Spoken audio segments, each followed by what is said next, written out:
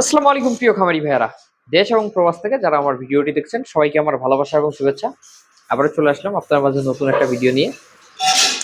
আজকে আমি আলোচনা করব এই যে কুরবানির পর গরু বিক্রয় করবেন, তারপর গরু কিনবেন, অথবা নতুন অনেকে খামার দিবেন, গরু কিনবেন, কি ধরনের গরু কিনবেন। অনেকে আমাকে প্রশ্ন করেন যে ভাই, দেশি গরুতে লাভ বেশি নাকি বিদেশি গরুতে লাভ বেশি বা ক্রসগুলোতে লাভ বেশি, এই বিষয় নিয়ে আলোচনা করবো আজকে।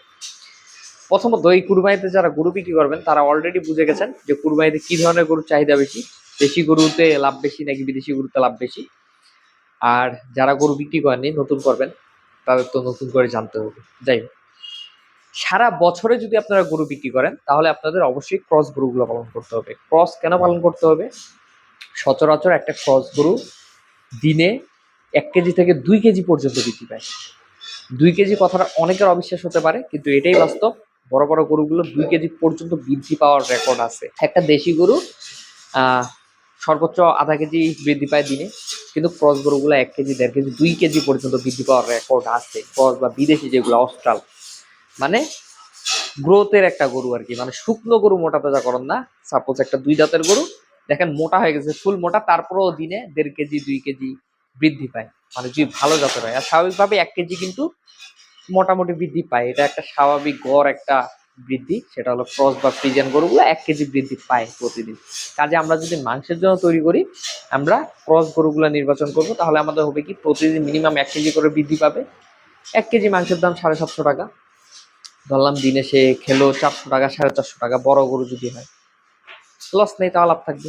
ছোট গরু দিন 200 খাবে, আধা কেজি বাড়লো, আধা কেজি মাংসের দাম 350 টাকা, তাও লস নেই। মাংসের জন্য আপনি পালন করেন, যথেষ্ট এই ধরনের গরুগুলা। কাজে আমরা ক্রস গুলা পালন করবো।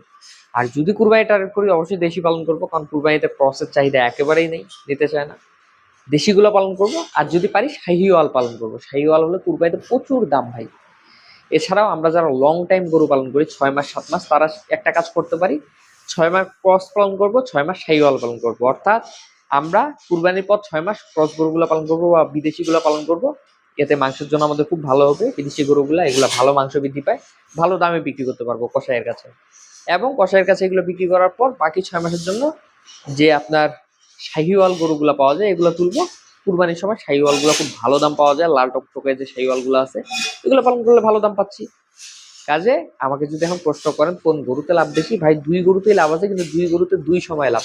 যদি কুরবানিতে বিক্রি করেন দেশি অথবা আপনার যে মোটামুটি শাহিওয়াল গরুগুলো আছে, এগুলো খুব ভালো দামে বিক্রি হয়, ভালো লাভ হয়, ক্রসে লাভ কম হয়। আবার অন্যদিকে সারা বছর ক্রস গরু পালন করলে খুব লাভ হয়, দেশি বা শাহিওয়াল পালন করলে কোনো লাভ নেই, কারণ এগুলা বৃদ্ধি যেটা পায় সেই টাকা তারা খেয়েই ফেলে, ঘুরে ফিরে লাভ তেমন থাকে না। কাজে সারা বছরের জন্য আমাদের ক্রস পালন করতে হবে। কুরবানির জন্য দেশি অথবা শাহিওয়াল, লাভ দুইটাতেই আছে। দেশিটা কম বৃদ্ধি পায়, খায়ও কম, ক্রসটা খায়ও বেশি, বা বিদেশিটা খায়ও বেশি, বৃদ্ধিও পায় বেশি। আর আমাদের সারা বছর যত মাংস উৎপাদন করতে হবে, আমাদের কম বৃদ্ধি পেলে চলবে না, বেশি বৃদ্ধি পাওয়াটাই আমাদের দরকার। বেশি খাক, বেশি খরচ হোক, কিন্তু আমাদের উৎপাদনও বেশি লাগবে, যেহেতু সারা বছর আমরা মাংস উৎপাদন করবো।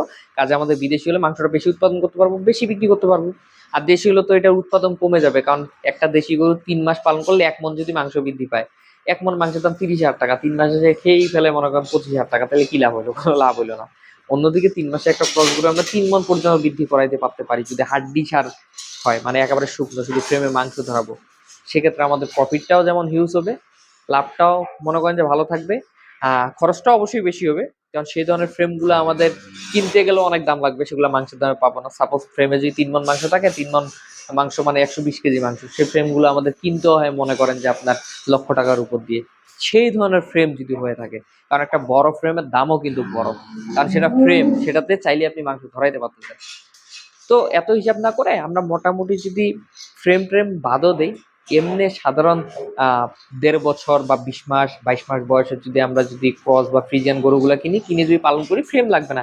এগুলো এমনি অনায়াসে 1 কেজি বৃদ্ধি পায় প্রতিদিন, এগুলো ফ্রেমও কিনতে হবে না। ফ্রেম কিনলে তো ফ্রেম কিনলেন, যদি মোটাও কিনেন তাও লস নেই, প্রতিদিন বৃদ্ধি পাবে। অথবা দেশি গরুও যদি মোটা কিনেন তাও লস নেই, প্রতিদিন বৃদ্ধি পাবে। কিন্তু দেশিটা কম পাবে, বিদেশিটা বেশি পাবে। এই জন্য আমরা যেটা করবো, ফ্রেম ট্রেমের পিছনে দৌড়াইলেও অনেক সময় কিন্তু আপনার অনেক হাটে ফ্রেম গরুগুলো পাওয়া যায় না, মোটামুটি শুকনো গরু কম পাওয়া যায়। কাজে এই শুকনো টুকনো চিন্তাও বাদ দিয়ে দিই, যেমন গরু পাবো তেমনই কিনতে পারবো, কোনো সমস্যা নেই। যদি এটা ক্রস কিনি মাংসের জন্য, আপনি মোটা কিনে সমস্যা নেই, সে বড় হবে। শুকনো কিনলেও সমস্যা নেই, সে মোটা হবে। কিন্তু ক্রস কিনলে মাংসের জন্য উপযোগী হবে, আর দেশি শাহিওয়াল কিনলে অবশ্যই কুরবানির জন্য উপযোগী হবে। তো আমরা যে সময় বিক্রি করবো সেটা টার্গেট করে সেই ধরনের গরু কিনবো। ভিডিওটা যদি ভালো লাগে অবশ্যই আমার চ্যানেলটা সাবস্ক্রাইব করে রাখবেন, পাশাপাশি ভিডিওটা একটা লাইক দিয়ে রাখবেন। সবাই ভালো থাকবেন, সুস্থ থাকবেন। আসসালামু আলাইকুম।